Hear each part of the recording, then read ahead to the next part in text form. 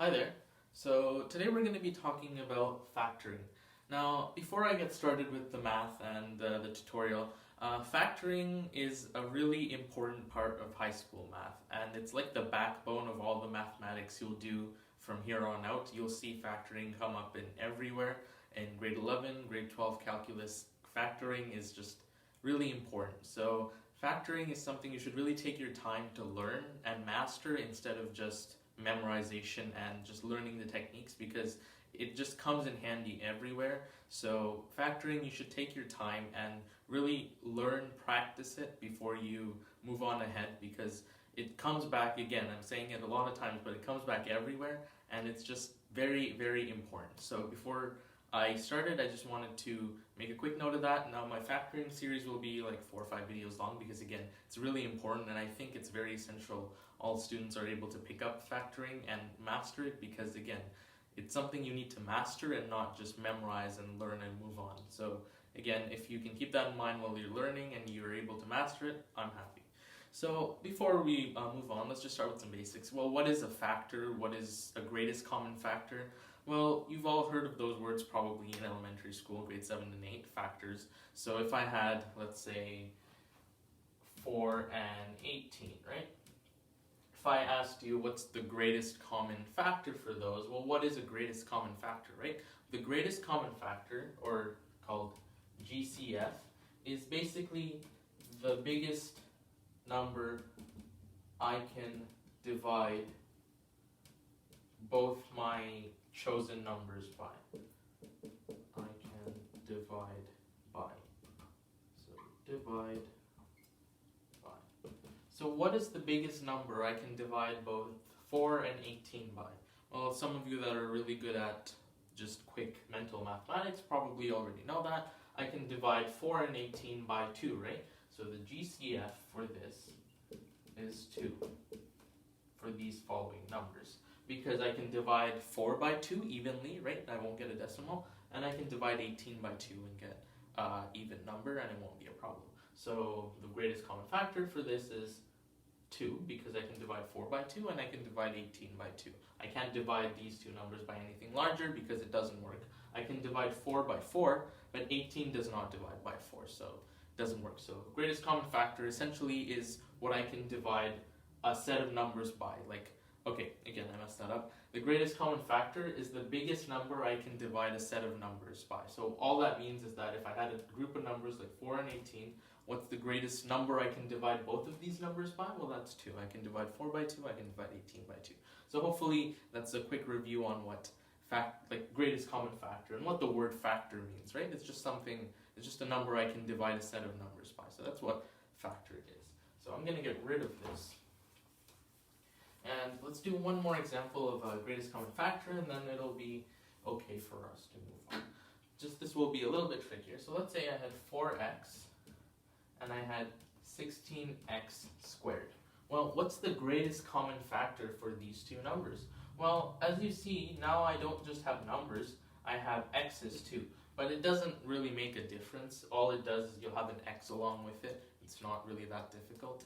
So when you see something like this, let's talk about the integers first. Integers meaning the numbers. So what's the greatest common factor for the numbers? Let's deal with the numbers, then we'll deal with the x's, right? Well, yeah, it'll be easier that way. So I can divide 4 by 4, and I can I can divide 16 by 4. So 4 is my biggest integer that I can divide both numbers by. So 4 is part of my greatest common factor. But keep in mind that is not just my greatest common factor, because I have to deal with the x's too. Well, what's the greatest common factor for the x's? Well, I can divide x by x, so that works. Can I divide x squared by x? Yeah, I can. So my greatest common factor is 4x, because I can divide 4x by 4x, right? Because they're like terms, I can do stuff with them. So 4x by 4x, I'll just get 1. 16x squared, I can divide by 4x as well, because 16 will divide by 4, and x squared will divide by x. So that's my greatest common factor. So if you know what a greatest common factor is, it's essentially the number you can divide a set of numbers by, the biggest number you can divide a set of numbers by. So I can divide 4x by 4x, right? And I can divide 16x squared by 4x. Now, getting greatest common factor and just the word factor out of the way, I'm going to get started on the real bulk of factoring, and that's called simple factorization. So let me get rid of that. So again, you should be able to find a greatest common factor. If you have a set of numbers, you should be able to find the number that I can divide, the biggest number that I can divide the set of numbers by. So I have a few examples in front of me. I'm going to put something up here. So here we go. This will be our first instance of actually factoring something. So x squared plus 5x plus 6. The people that are watching the quadratics videos, I thank you. You guys already know what this is. This looks like a quadratic equation because there's a degree of 2 and it looks like ax squared plus bx plus c. So it looks like that, and you would be correct. This is a quadratic equation, but we're going to go from the standard form to a factored form. Again, factoring, I'm going to go from standard form to factored form. What I'm going to do is I'm going to break this statement down, this equation right here, down into its parts.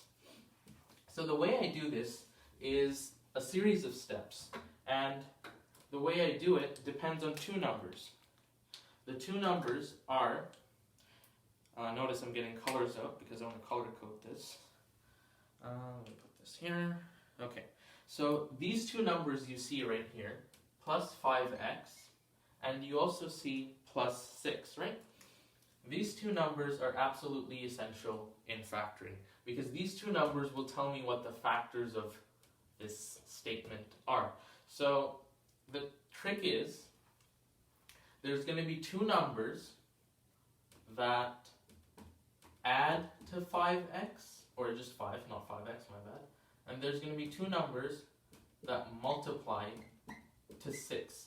So that does not look like a 5 really, it looks like a messy number. So the trick to doing this is that you're going to find two numbers that add to the middle number here and multiply to this number here. So let's think of two numbers that add to 5 and multiply to 6. So you can pause the video, think of those two numbers. I'm just going to go ahead and do it for the sake of time. So 3 and 2, right? 3 and 2. If I add them together, 3 plus 2 is 5, right? I get that number. And 3 plus 2, or 3 multiplied by 2, is 6, right? So I have two numbers, two positive numbers, that when I add them, I get the middle term, and when I multiply them, I get the last term. So these two, 3 and 2, so I'm going to circle these, circle this in.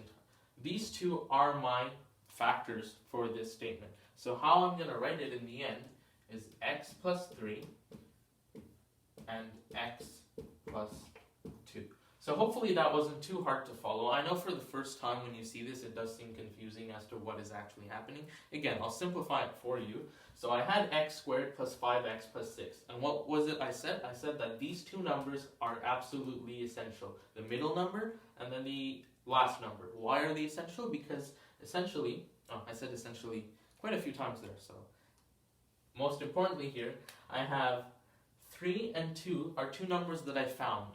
And these two numbers add to my middle number and they multiply to my last number here. So if you see 3 plus 2 equals 5, right? I got my middle number, and 3 times 2 equals 6. So my two factors were 3 and 2. If these numbers did not either add to 5 or multiply to 6, that means they are not my factors. But these two numbers perfectly fit what I want, right? I need two numbers that add to the middle number and then multiply to the last number. So this worked perfectly for us. So x plus 3, x plus 2, right? The two numbers that add to the middle number and multiply to the last number. So let's do another example, a little trickier in this case because I'm going to test your integer skills in this one. So let me get rid of that. Again, you'll notice the pattern as I start doing them. So let's say I had x squared. Actually, this isn't the hard example. Maybe I'll do the hard example after this. So x squared plus 7x plus 12. Again, the two numbers that are absolutely key to finding my factors are 7x and 12. The middle number and then the last number. These two numbers are very important. The one with the degree 2, the x squared, that's not important to me right now. This is just the odd one out. He doesn't really play a role. So again, I'm going to set this up as in two numbers that add to the middle number, so two numbers that add to 7, and two numbers that will multiply to 12. So you can take your time. Usually you get really good at doing this and you'll be faster, but you can pause the video and you can find two numbers that will add to 7, multiply to 12. Again, they have to add to the middle number, multiply to the last number. That's the only little part of the memorization you have to do. Add to the middle, multiply to the last. So the numbers that work in this case are 4 and 3.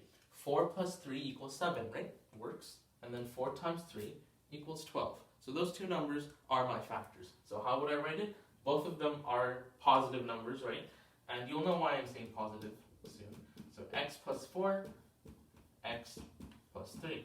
Perfect. That's all there is to do. There's just, you find the two numbers that multiply to the end and add to the middle. So add to the middle, multiply to the end. However you want to memorize that, go right ahead because that's essential to doing it. We'll do one more or two more examples and we'll call it a day for simple factorization.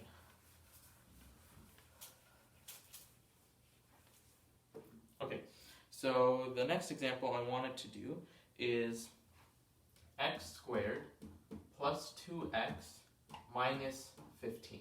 Ooh, now we have a negative 15 here, right? Well, there's really nothing to stress about there. It's the same rules. Again, the two numbers that are absolutely key, the middle number and the last number. The x squared term is absolutely useless in this case because he does not play a role at all. Well, he does play a role in making the statement, but not really in factoring it. So two numbers, again, that will add to positive 2. So that isn't too hard to find, right? But two numbers that multiply to negative 15. Well, that's a little bit different than what we're used to, right? So we're trying to find two numbers that add to 2 and multiply to negative 15. So it's not always, when I say add to 2, sometimes you can actually subtract to 2 as well. That might give you a hint. So if you want to pause the video and find these two numbers, go right ahead because I'm going to go ahead and do it. Okay, so if you pause the video and you're ready to go ahead, well, let's do it. So what are two numbers that I can add to get to 2, but I also need to get to a negative number? So when you see positive and negative here, you know these two numbers here, one is going to be positive, one is going to be negative. There's no way both of them are positive, right? Because if I multiply two positive numbers, I can't get a negative number. It doesn't work. And if I multiply two negative numbers, I get a positive number. So again, I need two numbers, one positive, one negative, that add to 2 and multiply to negative 15. And those numbers are 5 and negative 3. And you will see why. Because let's say I had 5 plus minus 3, right? Well, plus minus 3 is the same thing as 5 minus 3. 5 minus 3 is 2. 5 multiplied by negative 3, you get negative 15. So again, I found two numbers that add to my middle number and multiply to my last number. This was a little bit more difficult because it challenged your integer skills because I wanted a negative integer in there, but it's not too difficult if you've been okay with grade 7 integers. So the factors for this are x plus 5, right? X plus 5, and instead of writing x plus 3, my integer was negative 3, right? 5 minus 3 is 2, 5 plus minus 3 is 2. 5 multiplied by negative 3 is 15, so x minus 3. Excellent. That's all there is to it. Again, two numbers that add to the middle number, multiply to the last. I'm going to keep saying that through the series of these videos because you need to know that. And, well, that is all there is to it. So, if we have time, I might do one more example. That isn't too hard to do. Well, yeah, I will do this one because it did talk about greatest common factors, so let's go ahead and do it. So let's say you had something like 2x squared plus 16x plus 32. Right? Well, now it doesn't look like what we were looking at because now there isn't just an x squared by itself, right? Now there's 2x squared plus 16x plus 32. Well, there is a way to get this down to something that looks like what we know how to do. So, remember when I talked about greatest common factor? A number I can divide a series of numbers by evenly, like the biggest number I can divide all of these by? Well, take a look at it. See if you find a number that I can divide all of these by. Notice that this one has an x squared, this one has an x, and this one has no x. So don't worry about x's, just worry about the integers. What can I divide 2, 16, and 32 by? The biggest number that I can divide all three of these numbers by and get an even number. Well, pause the video if you want to. I'm going to go right ahead. 2 is the number I can divide all of them by, right? So the way I write it is that if I divide 2x squared by 2, well, 2 and 2 cancel, so I just have x squared left. 16x divided by 2 just gives me 8x. And what's 32 divided by 2? Well, that's 16. There we go. Now this looks like something we know how to factor, right? Because this has that x squared and that middle number and that end number. So if you see something like this where there's a 2x squared plus 16x plus 32, always look for the greatest common factor. That is your go-to. So the greatest common factor was 2. I can divide all that by 2. So I did go ahead and do that. Now it's the simple game of finding two numbers. So two numbers that add to 8 and multiply to 16. So just for the sake of time, those two numbers are positive 4 and positive 4.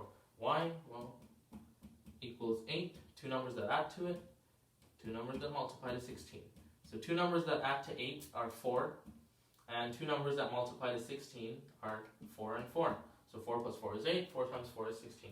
So keeping this 2 on the outside, let's write our factors. So both of our factors are 4, so x plus 4, right? Both of them are positive 4, and then x plus 4. Amazing. There we go. That is my factored expression, and to be cleaner, to be more exquisite, you would write this as x plus 4 squared, because both of them are the same expression, so there's two of them, you just write x plus 4 squared. Again, that's all there is to it. Now, that should be the end for this video. Again, we learned how to simple factorization is what we learned. It's when you have x squared, and then you have a middle term, and then an outside term, and the middle term has an x attached to it. You'll be able to recognize them, that isn't really the difficult thing. But your first go-to step, again, is to find the greatest common factor, right? We found the greatest common factor, then we had a term, or we had an expression we know how to factorize. So two numbers that add to 8 multiply to 16. So when I added to 8, I got 8, and I multiplied to 16. 4 and 4 were the two numbers again. So 2x plus 4, x plus 4, and then I just wrote it as x plus 4 squared. So factoring, rewind this video, watch it again. It's something really important. It's the backbone of mathematics in grade 11 and 12. It just comes up in everywhere, rational functions. There's lots of stuff it comes up in. So hopefully this video helped. There's more to factoring. In the next few videos I'll get to that. There's some special cases. There's complex factoring, so I'll get to those as well. So hopefully this helped a little bit, and keep watching, and I hope you learned some factoring through my videos.